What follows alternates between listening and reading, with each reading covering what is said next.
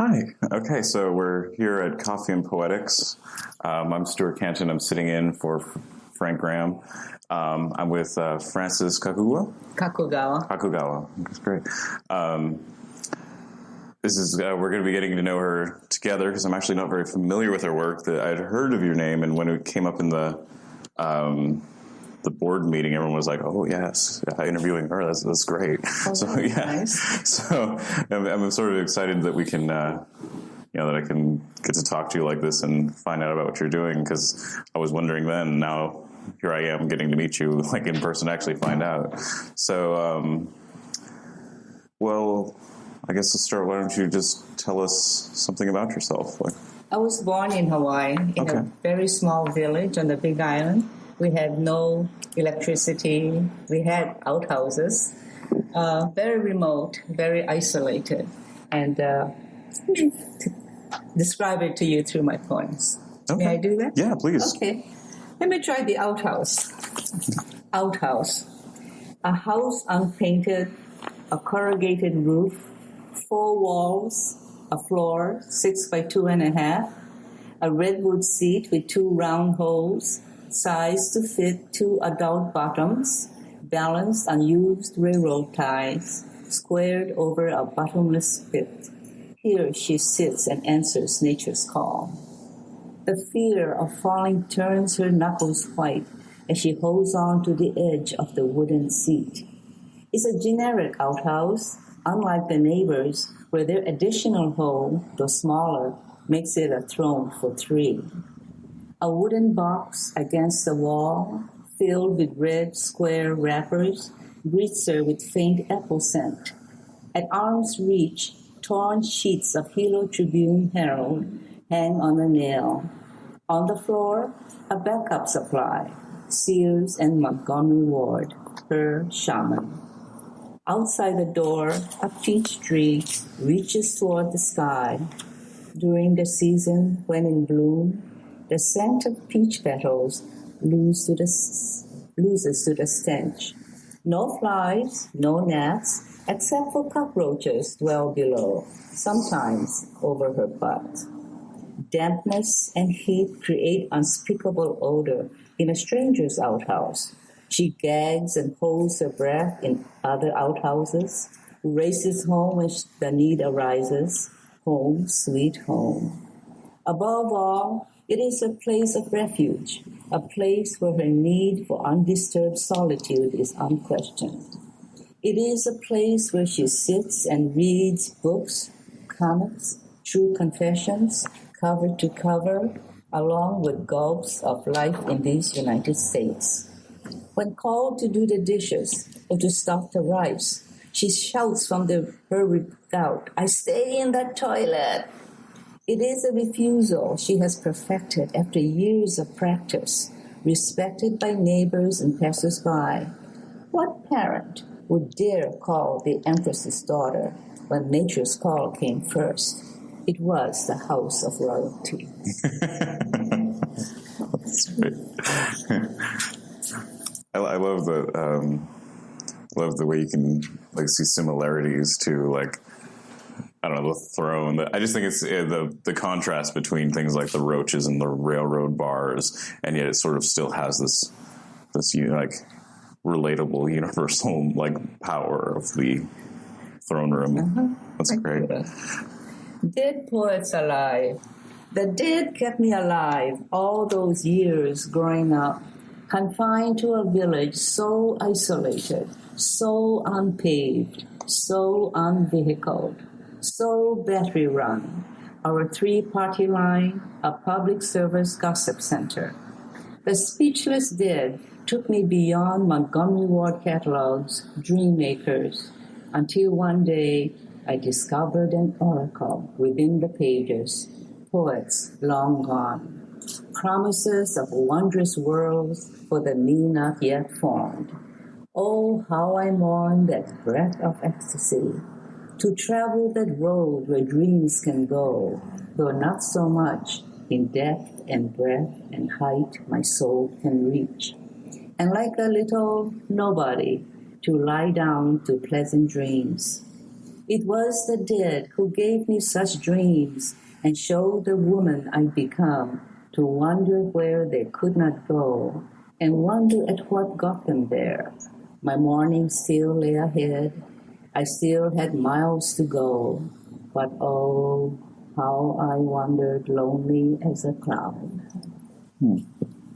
So is that about how you first discovered like poetry? Okay. The first book I held in my hand was in first grade, the Dick and Jane series. Mm-hmm. And one day the teacher read a poem, and I grew up speaking Hawaiian Pidgin.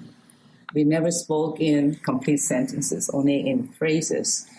And she read a poem, and as she read the poem about flowers, I could see the image of a flower in my head. And it was so dramatic, a dramatic moment for me.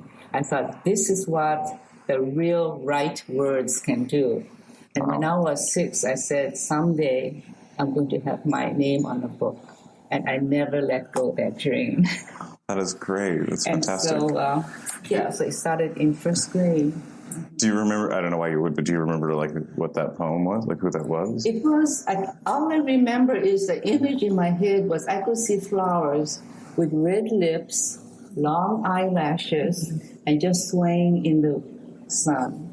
And so on that day on, I said, I will have to speak like the people in the book. Oh, that's not great. Speak like we do. So that was being different. That was, really facing a lot of teasing. She speaks like a haole. Haole means white, Caucasian. So to be able to be that writer, then I said, okay, I'll have to speak like a haole. And it was worth all the teasing, so I tried to do that.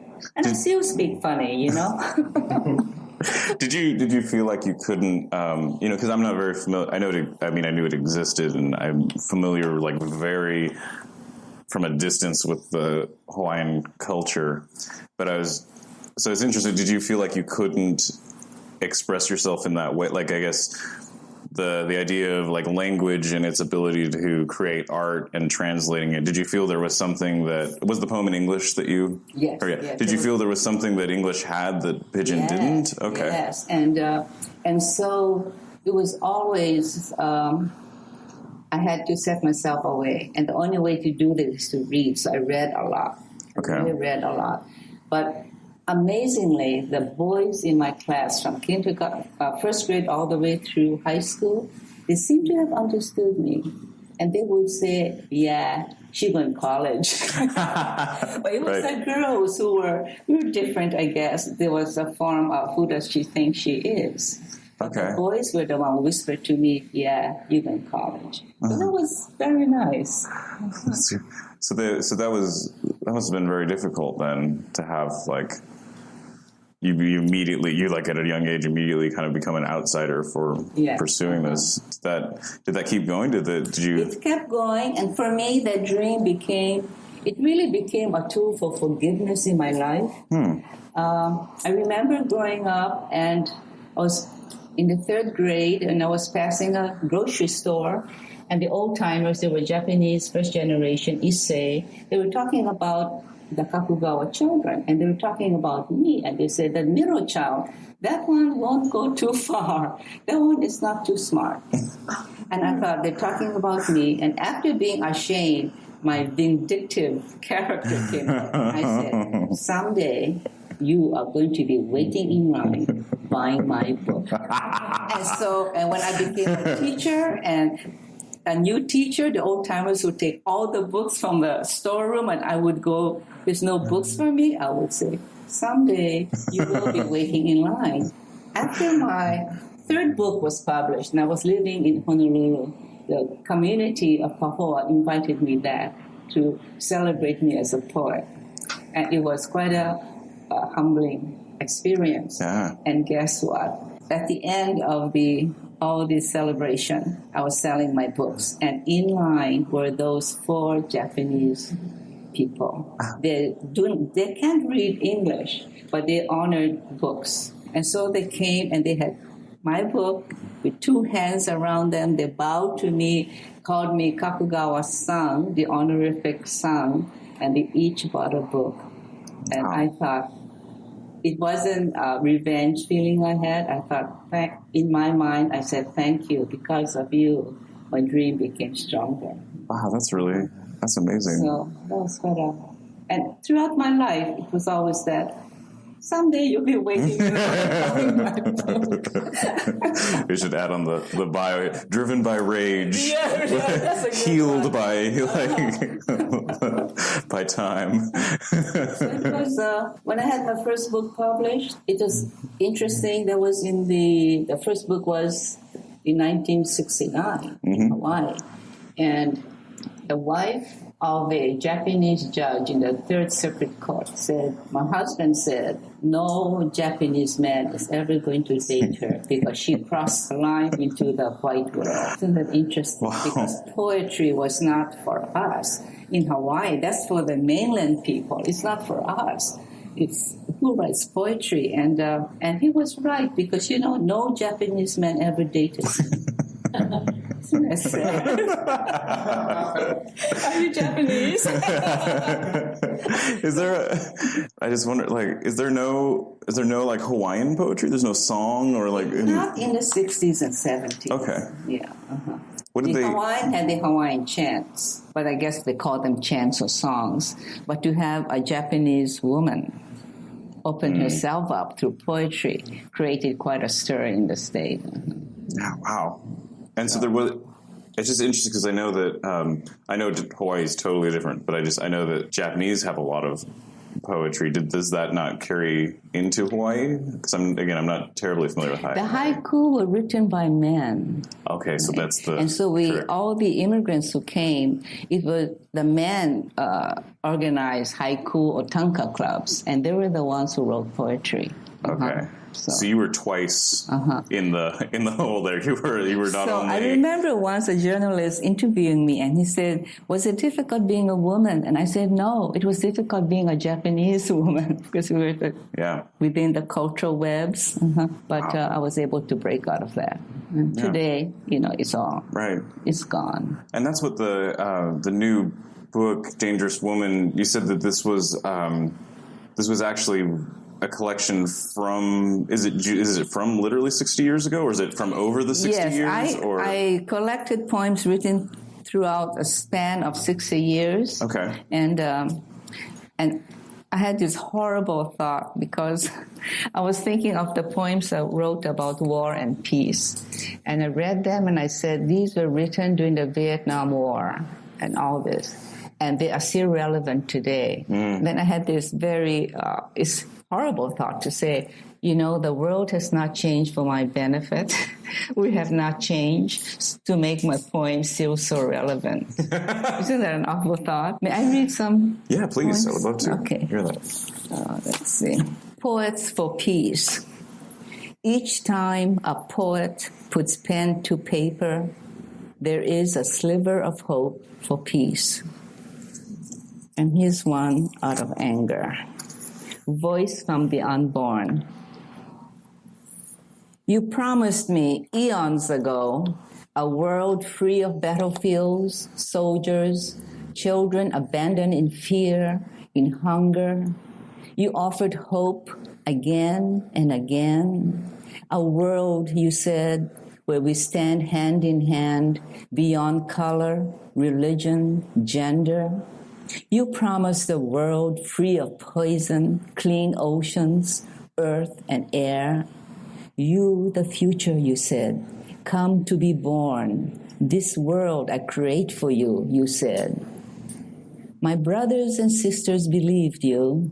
Now old men and women, they wait. They wait. Did you hear the unborn? For eons, you sliced the chrysanthemum off its stalk. You left it naked in the sun. The ashes of Hiroshima were held in victory. Beneath them, my ancestors were buried. Stop using me, your unborn child. Promises in meaningless rhetoric for a not-now future. I won't wait any longer. I want to be born today. Promise me. Wow. This I wrote during the Vietnam War. After I met a wounded soldier. And I compare a real soldier to a wooden, those wooden soldiers, toy soldiers. The wooden soldier marches as he was wound to do, steadily, rhythmically, mechanical precision. The only dislocation between manufactured knees, the wooden soldier marches, then stands perfectly still, a soldier no more, but a wooden pig. But the soldier I know keeps on marching. He keeps on beating, for he has no key to stop him from seeing dislocated limbs of children on children. He has no key to stop him from smelling the river of blood on Sunday afternoons. Forgive us, O soldier, for factorizing keys only for soldiers on wooden knees. Forgive us, soldier, for mechanized birds, wooden logs, and battlefields. I met a Vietnam soldier, and he was painting all what he saw in Vietnam. And when the war ended, one day he went and there was a bonfire and all his oil paintings were in the bonfire. And his commander said, whatever happens here stays here. So he became very wounded. So I wrote a few of the Vietnam poems in a book called Golden Spike. Then years later, in my third grade class, Golden Spike. The signs were there. When students need to talk, they hang around my desk, playing with my stapler or realigning my pencils and pens until there is privacy for courage to emerge. Sometimes, she quietly started, still playing with pencils. I get up at 3 a.m. and hear my dad crying. I go downstairs and he's sitting on steps, crying in the dark. He was in the Vietnam War. He won't talk about it, but I watch him cry a lot. He can't sleep. I know because I always see him on the steps. I wish I knew how to help him. Damn, here's that war again. No child ought to be awakened at 3 a.m. by a father's tears. No child ought to be sucked in to 25-year-old wars. No child ought to have dreams of brightly crayon images disrupted by black ashes. I wasn't trained to undo the nature of war. I didn't know how to banish the phantoms of war. Maybe. I gave her a copy of Golden Spike. I wrote these poems about the war. Maybe your dad will find this book helpful. A few weeks later, in her class journal, private to Miss K, my dad is always reading your book. He carries it around with him, and he's not getting up anymore. He's not crying anymore. Thank you for helping him. Is it okay if I keep the book a bit longer? He wants to know, did you know someone from the Vietnam War? Yes, I wrote in her journal.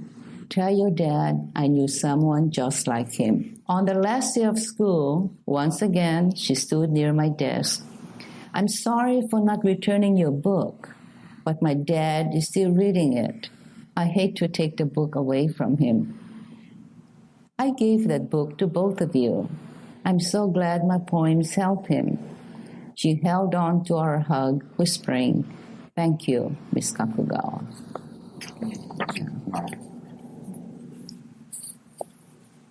That's wild. Is that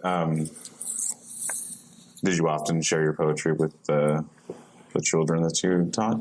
Yes, and I use poetry as the base of my curriculum in all the classes I taught. So we did a lot of poetry writing and other forms of writing, and so.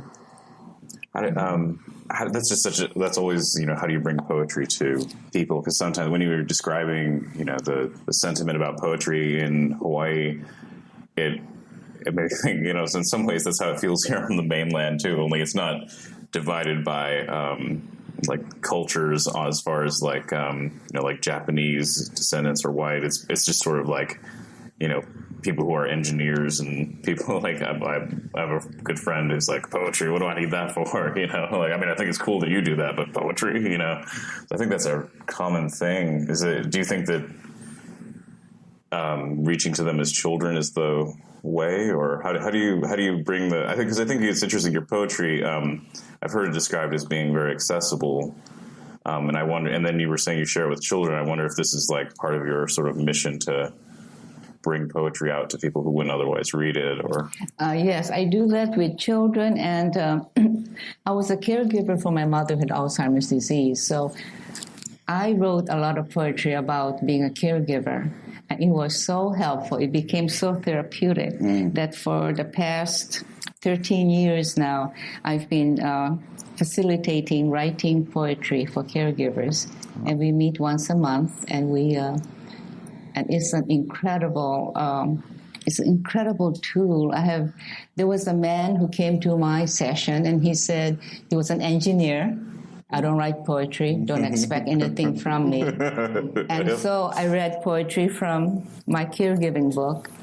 And at the end, we all wrote some poems. And he was practically sobbing, and he couldn't read his poem. And it was a poem that said, at the end, I don't want to feel. He went home that night, and he sent, less than a month, he sent me 30 poems written mostly at 3 a.m. And I spread them out by dates. And the beginning was cursing God, why me, with my mother, cursing life, a lot of cursing, and then acceptance. And at the end, it was, I have learned to become a man. I want to feel. And he became the most compassionate, the most vigilant caregiver for his mother. And I find this in all of my the support groups. Many times people would come very confused, very negative, and as they begin to explore through poetry, they become the most compassionate people. Because, as you know, we need to make so much decisions when we write poetry. Right. It's not like journal writing where, I had a bad day. She had toilet accidents 3 times a day. But when we write poetry, it makes us pause. Which way do I want to go with this? When my mother was first diagnosed with Alzheimer's, she took those black composition book and she began signing her name, Frances-Kakugawa, very clearly. And she said, so shame if I forget my name when I go to the bank to cash my Social Security check. And she began filling in, and she filled in about 5 of these. My brother made fun of her, said, there she goes, writing her big novel, and it was all make fun of her. Well, I took my pen, and this is what it came to, 5 notebooks. Soon after she was diagnosed, she began to fill a composition notebook with her name. So shame, she said, if I can't sign my name at the bank. It became her favorite pastime. Frances-Kakugawa, carefully written page after page after page. As her disease progressed, Frances-Kakugawa began to lose a letter or 2, and soon she was reduced to scribbles and lines. 5 notebooks, 100 sheets, 200 pages, 22 lines per page, 22,000 Frances-Kakugawa, 22,000 attempts to save herself from the thief who was stealing her name. And I think this is what poetry does. It really humanizes us, doesn't it? Yeah. Yeah, it's a great means of doing this. Thank you. That's beautiful. It's like, as well as we're just like, okay, now we can keep talking. Like this is wow. Yeah, hold on, we're gonna pause the podcast for a second so I can recover. Wow. In May, I was invited to give the commencement address at my own alma mater, and I really stressed this: that the one thing remaining for us to be is to be human. And how do we do this? I said, add the word poet next to whatever career you choose. I said the poet bus driver, the poet doctor, the poet scientist, the poet waitress. We become the best of people. And I truly believe this. If we can all become poets, I think we would humanize. It's a great humanizer. If you decide to tune in on this, poet engineer. Poet viewer. Let me give you an example of this. I walked into my mother's bathroom and I saw BM all over the floor. All over. And that was my first experience with this. And so the first time is always the most traumatic. So in my moment of trauma, what do? I pick up the smallest brush you can find in the household. So I'm on my hands and knees, scrubbing her BM with my toothbrush, frantically. And then I said, maybe there's a poem here. Now, the moment I said that, I was no longer a poor caregiver scrubbing BM. I was a poet. I have risen above that task of BM. And so my mind was elsewhere. I was thinking, what images can I use? How can I write this? There is a poem here somewhere. And this is the result. A feather boa and a toothbrush. It is 3 a.m. I am on my hands and knees with toothbrush in one hand, a glass of hot tap water in my other, scrubbing BM off my mother's bathroom floor. Before a flicker of self-pity can set in, a vivid image enters my mind, an image of a scarlet feather boa, impulsively bought from Neiman Marcus, delicately wrapped in white tissue, awaiting in my cedar chest for some enchanted evening. The contrast between my illusional lifestyle of feather boas, opium perfume, and black velvet, and my own reality of toothbrushes, bathroom towels, and BM at 3 a.m. overwhelms me with silent laughter. And I think becoming a poet caregiver, again, makes a difference. And it brings in the humor. And that's interesting. Is it like it's almost like the performative aspect of it is what sort of like elevates it, do you think? Or do you think it's like, it's making yourself see yourself from a different perspective, or how do you think? It changes your attitude of what you're there for. And writing poetry helps you to select the right word. For example, if I say, I am coping. I say, coping, embracing. I am embracing. Then the one word embracing can make such a difference in how you view caregiving. And so I think poets are so responsible with the language they use. It's not a free-for-all. Just write it down, what comes to your mind. But there are so much decisions to be made. How do I do this? What is my true feeling about this?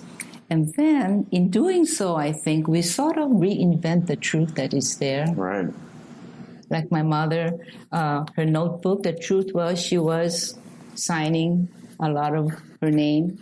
And on the external level, it seems like a very foolish behavior of an Alzheimer's patient.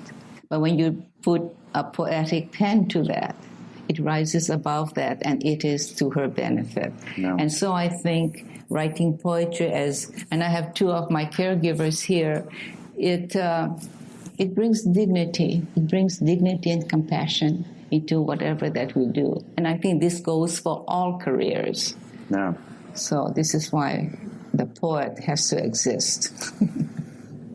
That's beautiful, and I like that it's not so much about an attempt to turn it into an art per se or to romanticize it. You're more saying it as a way of like clarifying and transforming your own story is what I'm getting. Yes. Right. That's wow. And then that becomes the truth for us. Because if I look at things, if I'm so tired, but then my poetry would go, let me try this. One day I thought, what would my mother say if she could speak? Because they are losing their voice. And sometimes we forget they too have a voice. And so I used Emily Dickinson's I'm Nobody, Are You Nobody Too? Emily Dickinson, I'm somebody. And this is my mother's voice. If I could speak, this is what my voice would say. Do not let this thief scare you away. Do not let this thief intimidate you into thinking I am no longer here.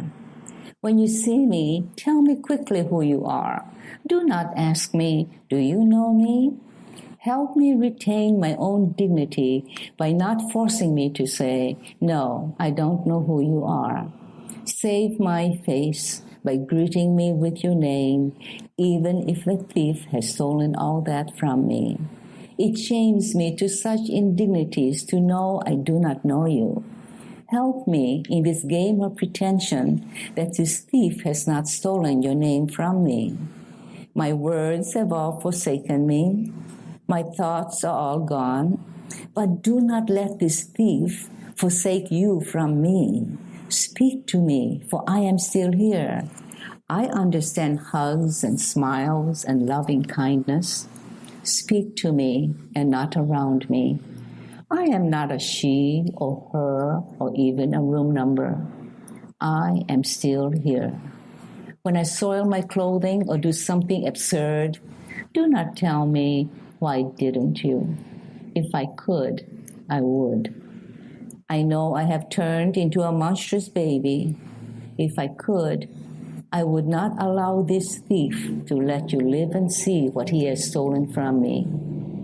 I know my repeated questions are like a record player gone bad, but my words are gone, and this is the only way I know to make contact with you. It is my sole way of saying, yes, I know you are here. This thief has stolen everything else, except for these questions, and soon they too will be stolen away. Yes, I am still here. Help me retain my dignity. Help me remain a human being in the shell of a woman I have become. I beg that you not violate the person I still am. In my world of silence, I am still here. Oh, I am still here. And sometimes our own poetry becomes a voice to help us. Right. Because many times we're all human, and it's a very difficult to be a caregiver. And sometimes I'm against the wall, and I do want to say, oh, no, why did you do that? And my own voice, my own poetry would come to remind me, and I could hear her say, if I could, I would. Right. If I could, I would. You know. I think it was a really powerful message to think about, a lot of the issues we're facing in the country at the moment. There's a lot of not seeing people in terms of our human sameness. So it's cool. Got to send everyone little notebooks. Yes. Give everyone a notebook. You're now and a poet. Tack that on at the that end. would help. Yeah. That's great. So. Well, we're starting to reach the end of our time here. Is there one more? Maybe on a lighter note. Yeah. Something on a lighter note. So we don't all, yeah. I'm going to read a theme from Dangerous Women. Dangerous women. We are the dangerous women who never say no to sunsets, sunrises, evening strolls, or double martinis. We are the women who speak to you in supermarkets over apples and cabbages, making you wish you could follow us home. We are the women taught by mothers to make you feel we could be yours, no matter who you are. We are the women who extract extraordinary days out of the ordinary, leaving ache and joy in empty spaces. We are the women who write poems, send you copies without permission, capture moonbeams in your name. We are the gatherers of dreams, fantasizing scenes in private places where your secrets live. We are not easy to be with after sad movies, romantic novels, or on Sunday afternoons. We are so damn demanding, you wish we had never met. Yet you know, we are the only poetry you have. Yes, we are the dangerous women, vulnerable, ageless, poetic, passionate, life with 2 feet slightly off the ground. We are the women you should avoid if you don't believe in Peter Pan and the first star of the evening skies. But pour us wine as the sun sets low, and we will hand you the key to things you don't know.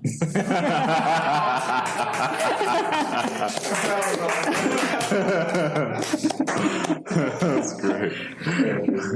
That's good.